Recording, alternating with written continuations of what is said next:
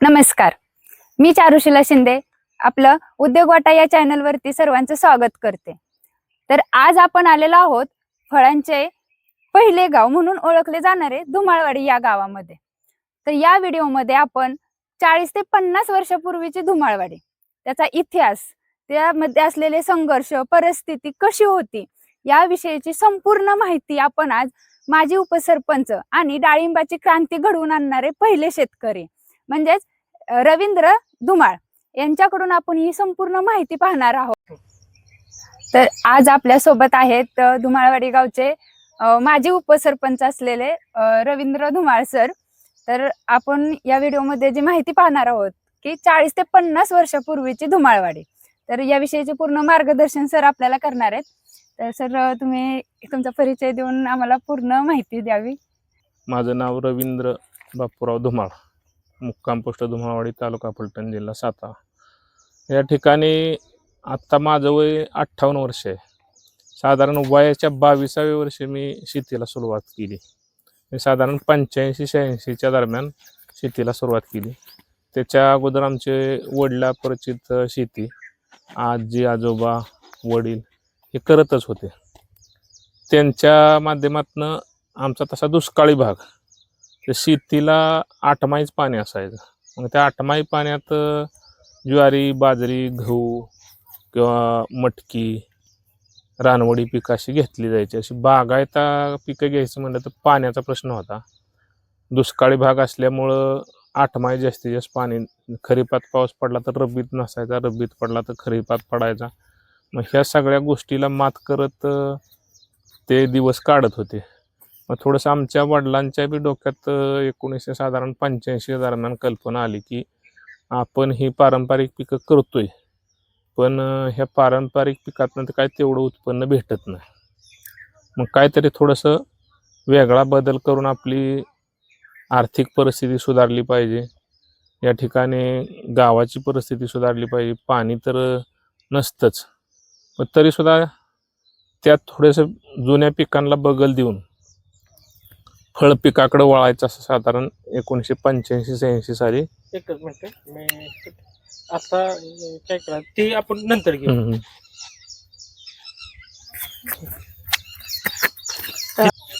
त्या काळात तुम्ही कोणती पिके घेत होता?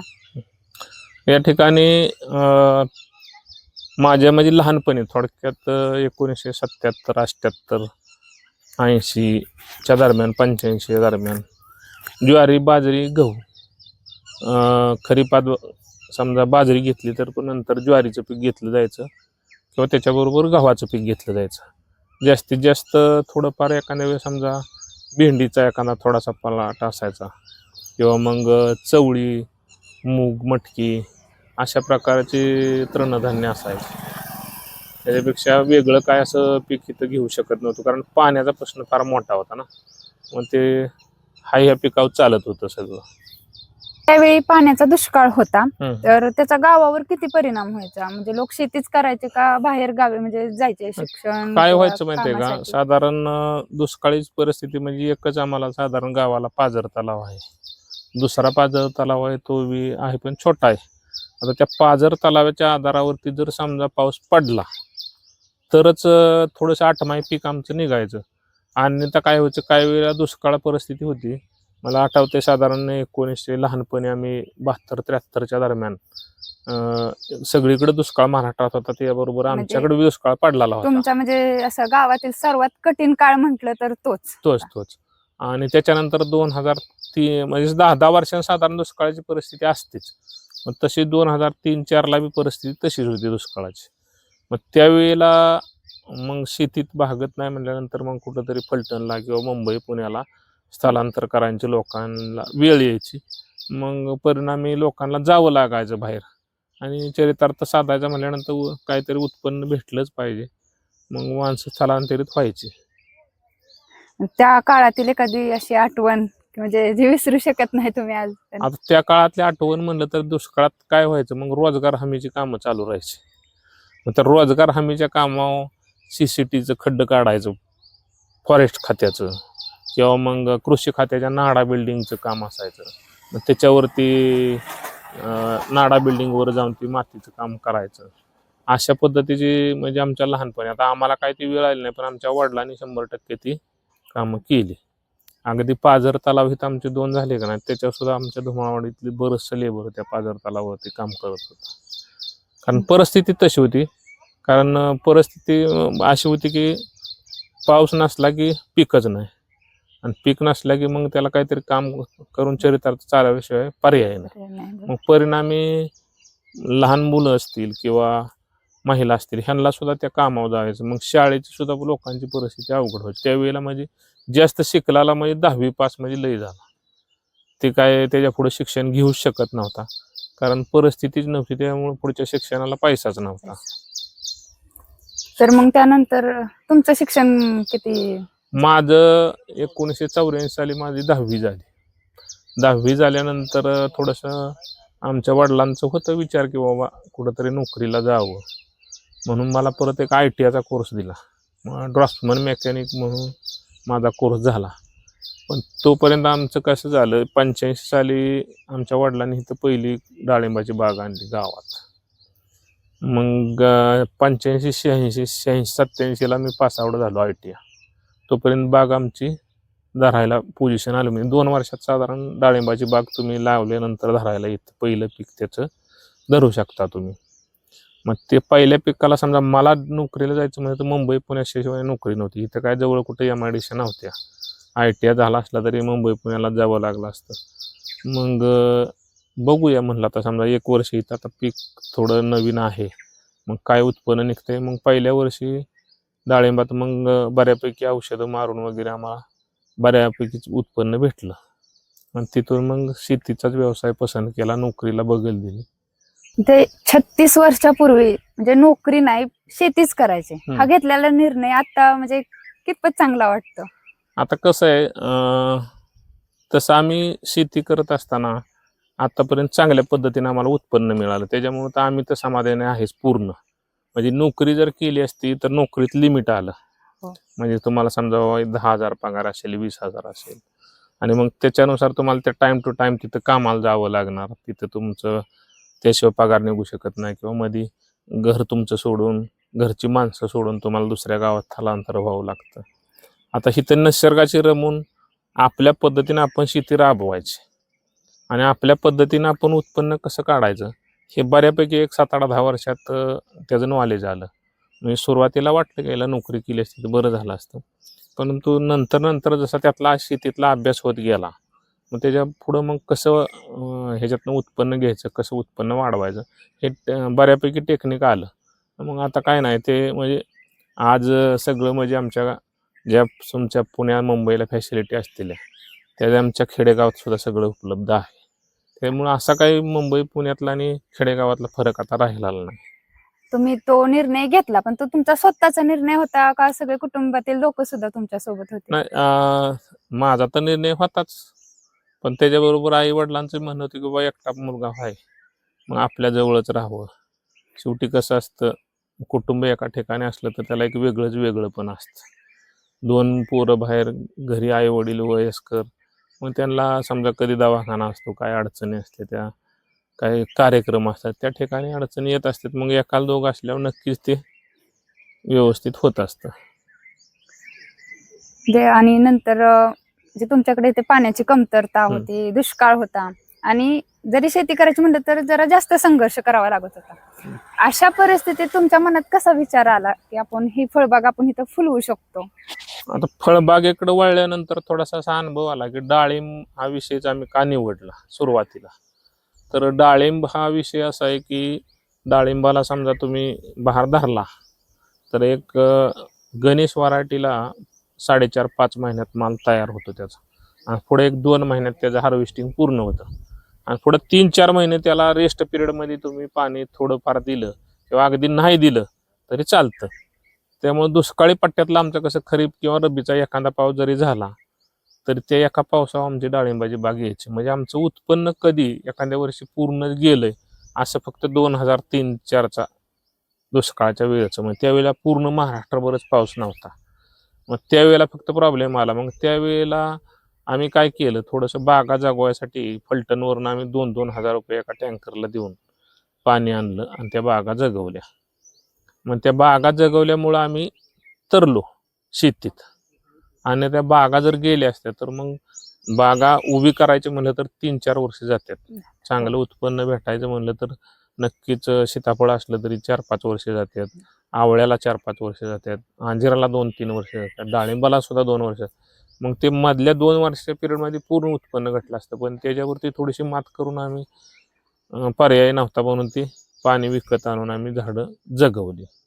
मग त्या परिस्थितीत त्या काळात म्हणजे तुम्ही जेव्हा निर्णय घेतला की आपण डाळिंब हे पीक घ्यायचं, तर म्हणजे गावातले लोक असतील किंवा नाही का जवळचे लोक, म्हणजे त्यांच्या काय प्रतिक्रिया होत्या त्यावेळेस? सुरुवातीला ज्यावेळेस आम्ही बागा लावल्या 85 साली, तेव्हा ते गावातली लोक तर हसायला लागलीच की बाबा हिला हे काय नवीनच घेऊन आल्यात आणि हे काय सक्सेस होतं का ना, आपल्याकडे बागा येतात का, त्यातला काय एवढा अनुभव आहे का, असं बरेचसे प्रश्न गावाला पडलेले होते.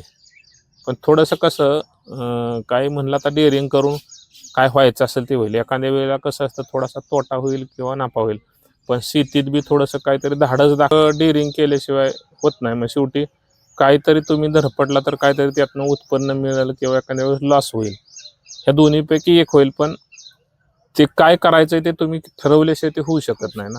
मग तसा विचार करून आम्ही फळबागा लावल्या आणि फळबागा निवडल्यानंतर चांगल्यापैकी उत्पन्न भेटलं. मग साधारण 86-87 साली ज्यावेळेस आमच्याकडे बाग लावली त्यावेळेस आमचे 2-3 चुलते आणि गावातले अजून 1-2 जणांनी असं एक 4-5 एकर सुरुवातीला क्षेत्र झालं. आणि 90 साल्यापर्यंत आम्हाला 2-3 पिकं त्याची मिळून गेली. मग ते सगळ्या गावाच्या लक्षात आलं की बाबा डाळिंबातनं उत्पन्न चांगलं भेटतंय. मग त्याच्यानंतर गावाने बी साधारण अनुकरण करून आमच्या डाळिंबाच्या बागा लावायला सुरुवात केली. मग ती गणेश व्हरायटी होती. गणेश व्हरायटीत सुरुवातीला मला 1987 साली पहिल्या वर्षी 40,000 रुपये मिळालं होतं. दुसऱ्या वर्षी 88 साली मला साधारण 2 लाख रुपये उत्पन्न त्यातनं भेटलं. मग ती थोडे असं करत उत्पन्न वाढत गेलं. आम्ही बी क्षेत्र वाढवत गेलो. गावानं त्याच्याबरोबर 90 पुढे क्षेत्र वाढालं. गावाला बी 90-95च्या नंतर चांगलं उत्पन्न भेटायला लागलं. मग त्यावेळेला जवळजवळ माझा अंदाज आहे 95 साली आमच्या धुमाळवाडीत साधारण एक 500 एकर क्षेत्र डाळिंबाचं झालं. मग ते डाळिंब पाठवायचं कुठं, हिथून हा प्रश्न होता. मग सुरुवातीला थोडंसं आम्ही डेअरिंग करून जेजुरीतनं अब्दुलबाई चांदबाई म्हणून त्यांच्या गाड्या दिल्लीला जायच्या. मग डेअरिंगवर आम्ही दिल्लीला सुद्धा डाळिंब पाठवलं, मुंबईला पाठवलं, इकडं हैदराबाद, चेन्नई, मद्रास तिकडं बी पाठवलं. मग ती थोडंसं माल विभागाला गेल्यामुळं मार्केट चांगलं भेटू लागलं आणि त्यातनं उत्पन्न चांगलं भेटलं. मग त्यावेळेला असा विषय झाला की 95च्या दरम्यान ज्यावेळेस 500 एकर फलोत्पादन कृषी खात्यानं इथं ठिबकला अनुदान, फळबागेला अनुदान मग कृषी खात्यानं इथं एक चांगला प्रोजेक्ट राबवला, म्हणजे सगळ्यांना ती भेटली अनुदान. मग लोक बी ठिबकला अनुदान म्हणतंय म्हणानंतर 100% ठिबक. फळबाग आज धुमाळवाडीत बघितलं तर पूर्ण 100% आमच्या गावाचं ठिबक आहे. ते तेव्हापासून आहे, 1995 पासून. मग ते 95ला ती 500 एकर झालेलं बघितल्यानंतर शासनाच्या थोडंसं असं लक्षात आल्यानंतर किंवा हे छोटंसं गाव आहे, इथून 500 एकर डाळिंब झाले, रोज 3-4 ट्रक भरून इथनं डाळिंब जातं. ह्या गावाला उत्पन्न चांगलं भेटते. मग त्यावेळेला हरिसिंग म्हणून कृषी मंत्री होते दिल्लीत, आपले केंद्रीय कृषी मंत्री. मग ते परत त्याच्यानंतर आपल्याला 95च्या दरम्यान बघा शशिकांत सुतार म्हणून आपलं महाराष्ट्र राज्याचे कृषी मंत्री होते. ते असं दोघंही त्यांनी त्यावेळेला 95 साली आमच्या धुमाळवाडीला भेट दिली. त्याच्याबरोबर एक टांझानियाची टीम आली होती परदेशातनं, किंवा हे छोटं गाव आहे इथं डाळिंब एवढं पिकवलं जातंय, ह्याचा एक आदर्श घ्यायचा यासाठी आले. त्यांनी व्हिजिट केली. त्यावेळी त्या कृषी खात्यानं त्याच वेळेला आमचं डाळिंबवाडी, धुमाळवाडीच्या ऐवजी डाळिंबवाडी करण्याचा त्यांनी निर्णय घेतला. तो प्रस्ताव तयार बी झाला, परंतु काय झालं, थोडंसं काय त्यात पाठपुरावा न झाल्यामुळं ते राहून गेलं. तेव्हाची धुमाळवाडी आणि आत्ताची धुमाळवाडी ह्यात काय म्हणजे किती फरक जाणवतो तुम्हाला? तेव्हाची धुमाळवाडी आणि आजची धुमाळवाडी अगदी जमीन आसमानचा फरक. आता अगदी तुम्ही घरापासून बघितलं किंवा मुलांच्या शिक्षणापासून बघितलं किंवा गावाच्या सुधारणेपासून बघितलं तर फार मोठा बदल झाला. अगदी पहिली सपराची घरं किंवा जास्ती साध्या कौलाची ती कौलं दरवर्षी आणून कुंभाराला ते नवीन शेकरून घ्यायचा असा प्रकार होता. पण आता तुम्ही गावात कुठेही तुम्हाला साध्या कौलाचं घर गावणार नाही, सपारा कुठं बघायला भेटणार नाही. बऱ्यापैकी आता सगळं RCC बंगलं किंवा पक्की घरं सगळ्यांची झालेली आहेत. आणि ती का झाली तर केवळ ही आपलं फळांचं गाव झालं आणि त्यातून आर्थिक सोबतता आली शेतकऱ्याला, म्हणूनच हे शक्य झालं. आणि आता हे शक्य नव्हतं. जर आत्ताच्या तरुण पिढीला म्हणजे जे शेती करतीलच असं आहेत तर मग त्यांना काय तुम्ही संदेश द्याल? तरुण पिढीला संदेश असा आहे बरं का, थोडंसं आता प्रत्येकाचा कल असा आहे की बाबा शेतीत परवडत नाही, शेतीत उत्पन्न तेवढं भेटत नाही, नोकरी केली तर आपलं ठराविक काय पगार भेटल आणि त्यातनं मग आपली सुधारणा होईल, असं प्रत्येक एक मानसिकता झालेली आहे. ही मानसिकता जर मोडायची म्हणलं तर थोडंसं आमच्यासारखे काही जुने शेतकरी ती ह्यांचं काय अनुभव बघून त्याच्यानुसार थोडंसं मार्गदर्शन करून शेती करणं योग्य होईल. कसं होईल की आम्हाला सुद्धा ह्या पहिल्या समस्या होत्या. आज आता आम्ही 57-58 माझं रनिंग आहे, म्हणजे मी त्यातनं गेलेलो आहे सगळ्यात. मग ते कसं पार करायचं काय करायचं हे जरा थोडंसं तरुण पिढीच्या लक्षात येईल. थोडंसं शेती करत असताना पहिल्या 2-3 वर्ष वाटेल की यायला आपण हे चुकीचा निर्णय घेतला आणि हे करायला नाही पाहिजे होतं, आपण नोकरीच केली असते तर ठराविक पगार आला असता. पण थोडंसं धीर बी धरणं गरजेचं आहे. शेती नक्कीच तुम्हाला अगदी कधीही तोट्यात घालवणार नाही, त्यातनं नफाच होणार. पण तुमची करण्याची टेक्निक आणि आत्ताची समजा असणार अडचणी ह्याच्यावरती मात करून तुम्ही चालला तर नक्की शेती परवडते. हे गाव नेहमी असं समृद्ध होतं का आता जास्त म्हणजे हे ते नाही, सुधारणा वगैरे? ह्याच्या अगोदर समृद्ध म्हणजे 80-85 दरम्यान भयंकर अवघड अवस्था होती. माझा अंदाज आहे अख्खं गावच दारिद्र्य खाली असेल. इथं आता हे डाळिंबाचं पीक हे जास्त प्रमाणावर घेतलं जातं, मग हे पीक ही शेती सोडून लोक बाहेर नोकरीसाठी जातात का? नाही, आता पहिली परिस्थिती होती 1985-90 पर्यंत लोक बाहेरगावी शेतीत भागत नाही म्हणून जात होते.